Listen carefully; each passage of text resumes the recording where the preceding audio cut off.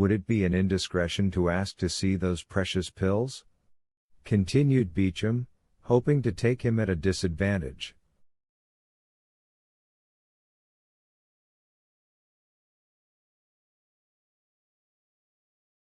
No, monsieur, returned the Count, and he drew from his pocket a marvelous casket, formed out of a single emerald and closed by a golden lid which unscrewed and gave passage to a small greenish-colored pellet about the size of a pea.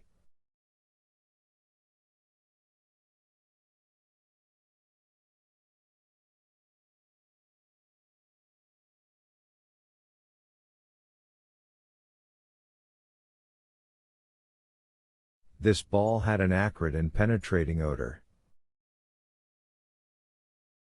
There were 4 or 5 more in the emerald, which would contain about a dozen.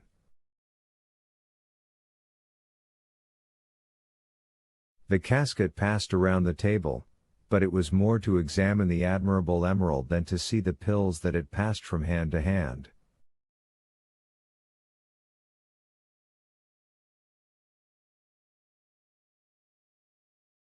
And is it your cook who prepares these pills?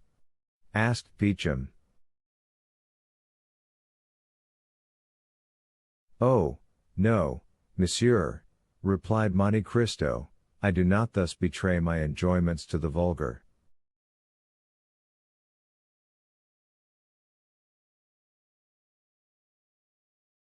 I am a tolerable chemist, and prepare my pills myself. This is a magnificent emerald, and the largest I have ever seen, said Chateau Renaud, although my mother has some remarkable family jewels.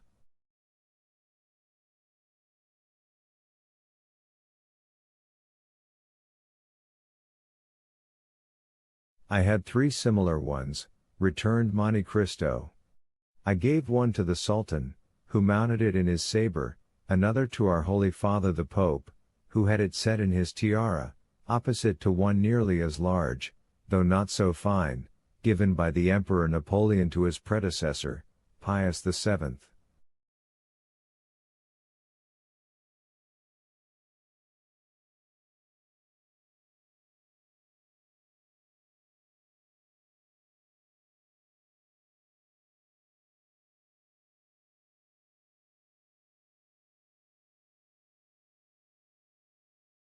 I kept the third for myself, and I had it hollowed out, which reduced its value, but rendered it more commodious for the purpose I intended.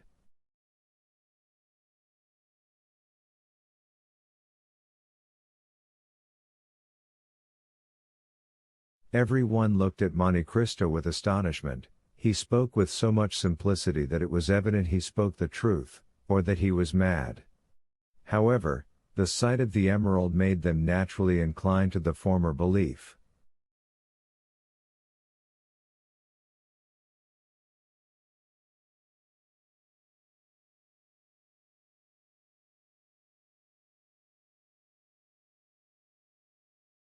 And what did these 2 sovereigns give you in exchange for these magnificent presents? Asked Debray.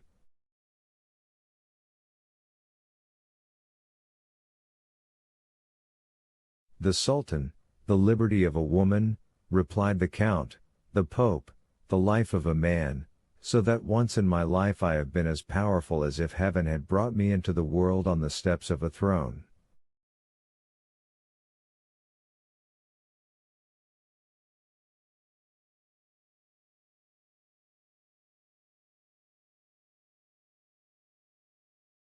And it was Peppino you saved, was it not? Cried Mercer, it was for him that you obtained pardon?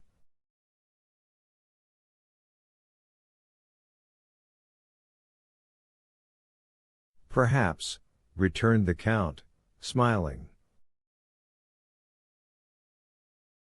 My dear Count, you have no idea what pleasure it gives me to hear you speak thus, said Mercer.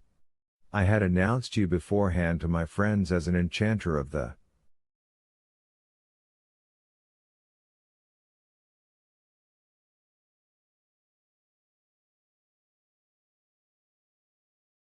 Arabian Nights, a wizard of the Middle Ages, but the Parisians are so subtle in paradoxes that they mistake for caprices of the imagination the most incontestable truths, when these truths do not form a part of their daily existence.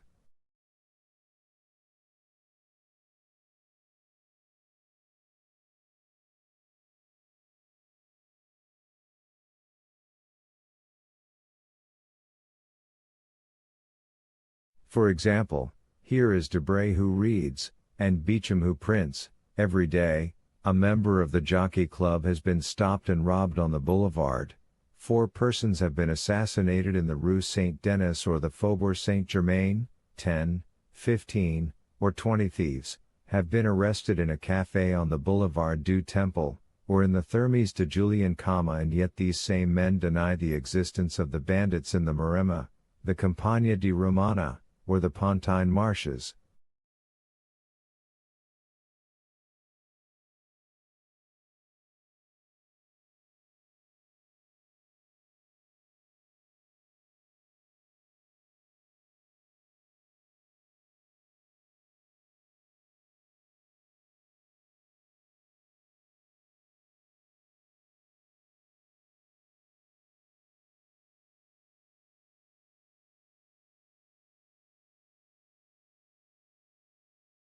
Tell them yourself that I was taken by bandits, and that without your generous intercession I should now have been sleeping in the catacombs of Saint Sebastian, instead of receiving them in my humble abode in the Rue du Helder.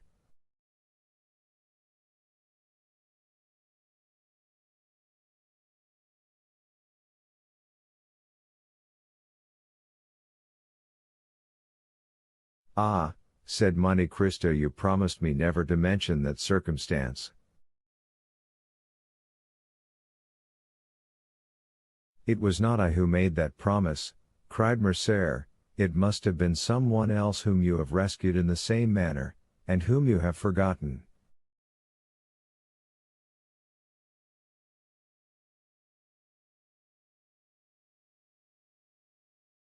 Pray speak of it, for I shall not only, I trust, relate the little I do know, but also a great deal I do not know.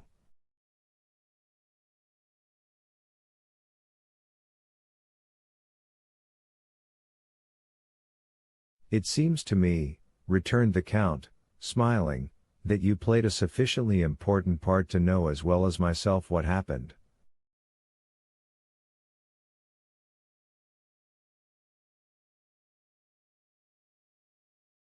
Well, you promise me, if I tell all I know, to relate, in your turn, all that I do not know?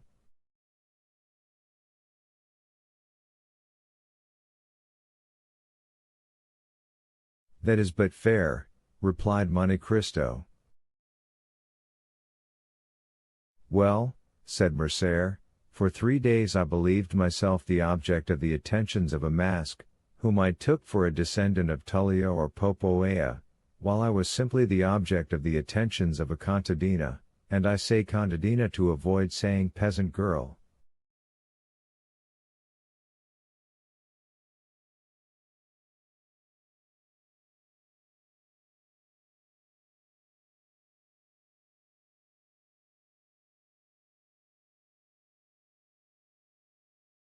What I know is, that, like a fool, a greater fool than he of whom I spoke just now, I mistook for this peasant girl a young bandit of 15 or 16, with a beardless chin and slim waist, and who, just as I was about to imprint a chaste salute on his lips, placed a pistol to my head, and, aided by 7 or 8 others, led, or rather dragged me, to the catacombs of Saint Sebastian, where I found a highly educated brigand chief perusing Caesars.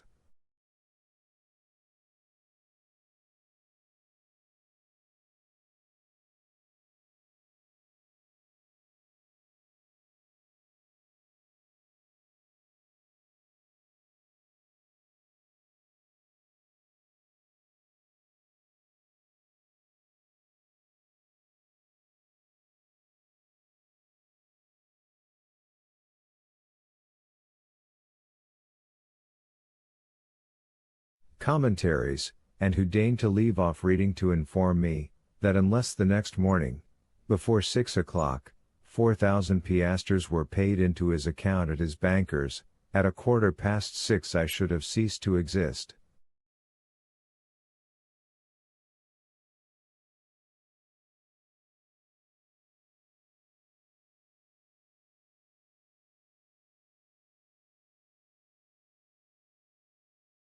The letter is still to be seen, for it is in Franz d'Epinay's possession, signed by me, and with a postscript of M. Luigi Vampa.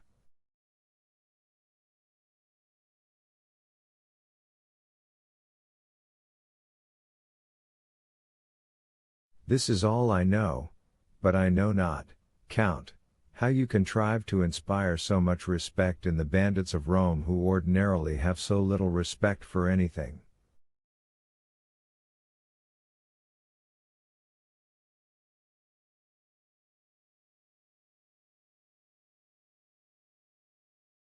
I assure you, Franz and I were lost in admiration. Nothing more simple, returned the Count.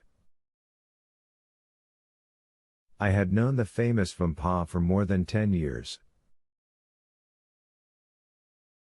When he was quite a child, and only a shepherd, I gave him a few gold pieces for showing me my way, and he, in order to repay me, gave me a poniard, the hilt of which he had carved with his own hand, and which you may have seen in my collection of arms.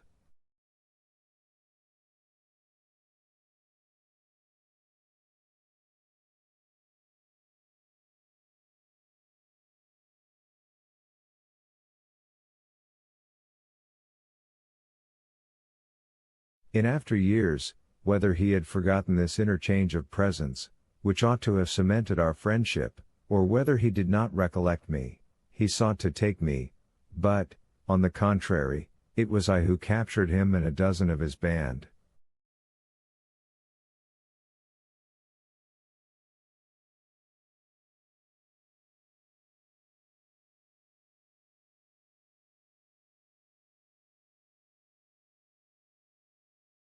I might have handed him over to Roman justice, which is somewhat expeditious, and which would have been particularly so with him, but I did nothing of the sort.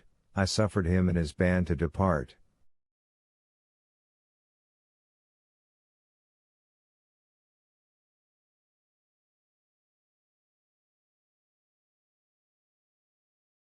With the condition that they should sin no more, said Beauchamp, laughing. I see they kept their promise.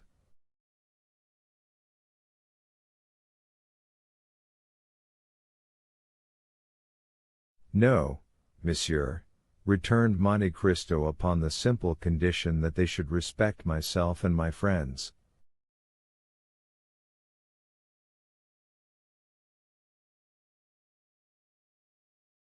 Perhaps what I am about to say may seem strange to you, who are socialists, and vaunt humanity and your duty to your neighbor, but I never seek to protect a society which does not protect me, and which I will even say, generally occupies itself about me only to injure me, and thus by giving them a low place in my esteem, and preserving a neutrality towards them, it is society and my neighbor who are indebted to me.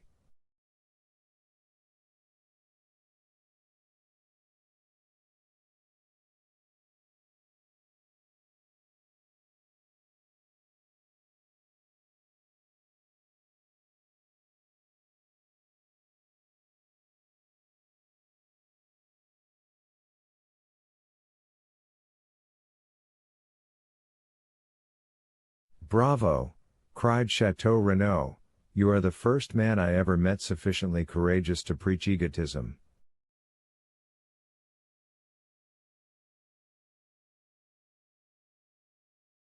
Bravo, Count, bravo. It is frank, at least, said Morel. But I am sure that the Count does not regret having once deviated from the principles he has so boldly avowed.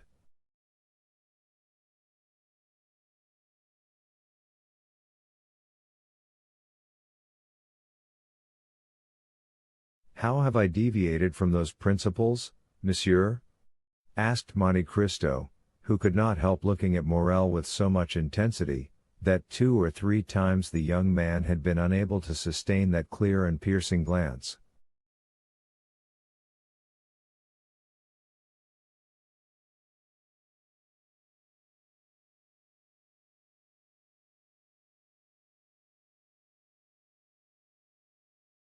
"Why, it seems to me," replied Morel, "that in delivering M.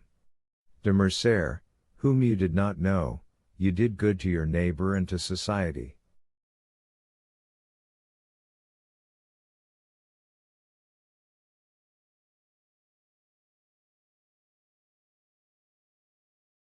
"Of which he is the brightest ornament," said Beauchamp, drinking off a glass of champagne.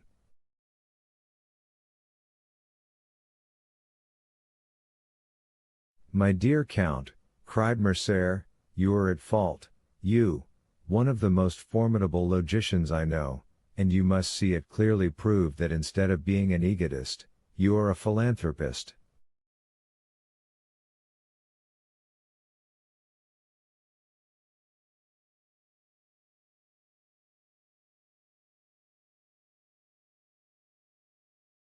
"Ah, you call yourself Oriental, a Levantine, Maltese, Indian, Chinese, your family name is Monte Cristo, Sinbad the Sailor is your baptismal appellation, and yet the first day you set foot in Paris you instinctively displayed the greatest virtue, or rather the chief defect, of us eccentric Parisians, that is, you assume the vices you have not, and conceal the virtues you possess."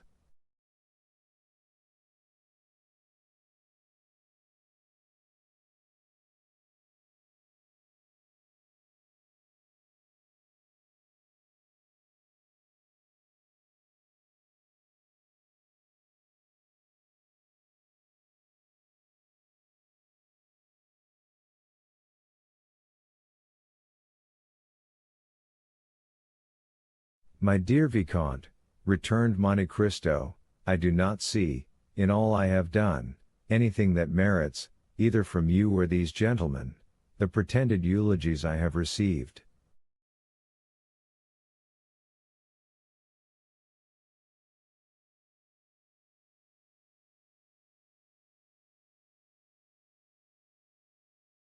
"You were no stranger to me, for I knew you from the time I gave up 2 rooms to you, invited you to breakfast with me, lent you one of my carriages, witnessed the carnival in your company, and saw with you from a window in the Piazza del Popolo the execution that affected you so much that you nearly fainted."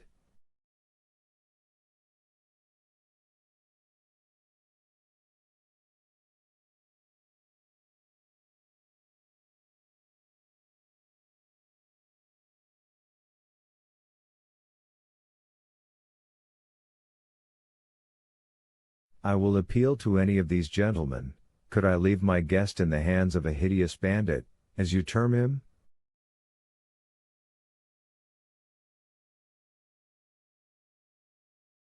"Besides, you know, I had the idea that you could introduce me into some of the Paris salons when I came to France."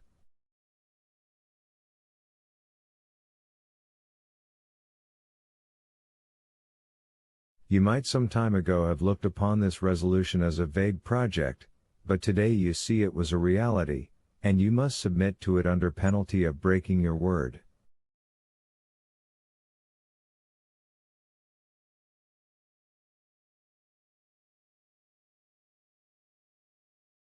"I will keep it," returned Mercer, "but I fear that you will be much disappointed, accustomed as you are to picturesque events and fantastic horizons."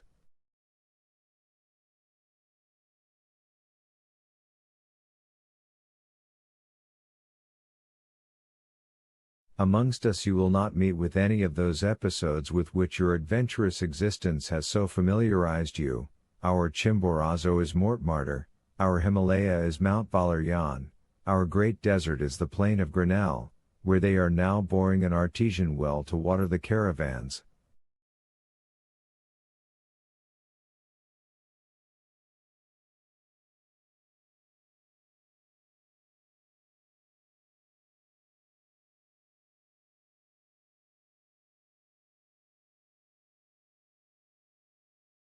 We have plenty of thieves, though not so many as is said, but these thieves stand in far more dread of a policeman than a lord.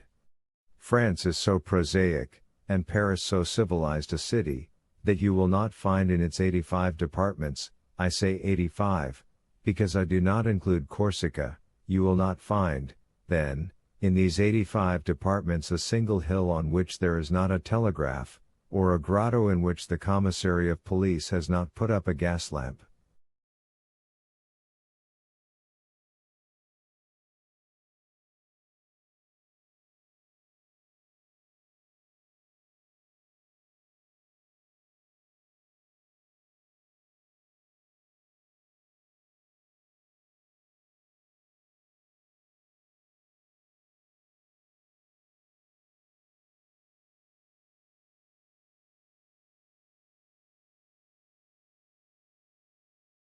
There is but one service I can render you, and for that I place myself entirely at your orders, that is, to present, or make my friends present, you everywhere. Besides, you have no need of any one to introduce you, with your name, and your fortune, and your talent.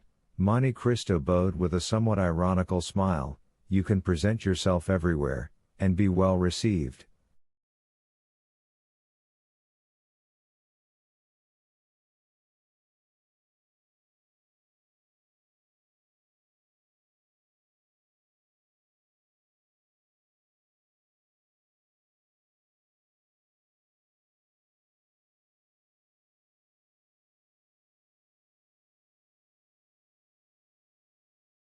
I can be useful in one way only, if knowledge of Parisian habits, of the means of rendering yourself comfortable, or of the bazaars, can assist. You may depend upon me to find you a fitting dwelling here.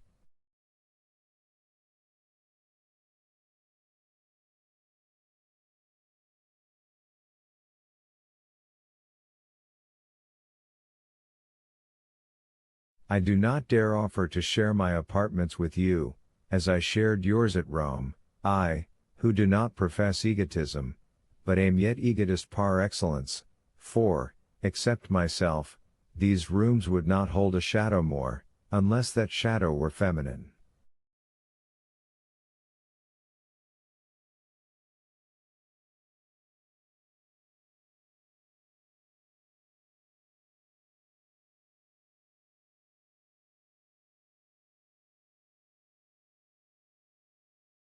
Ah, said the Count, that is a most conjugal reservation.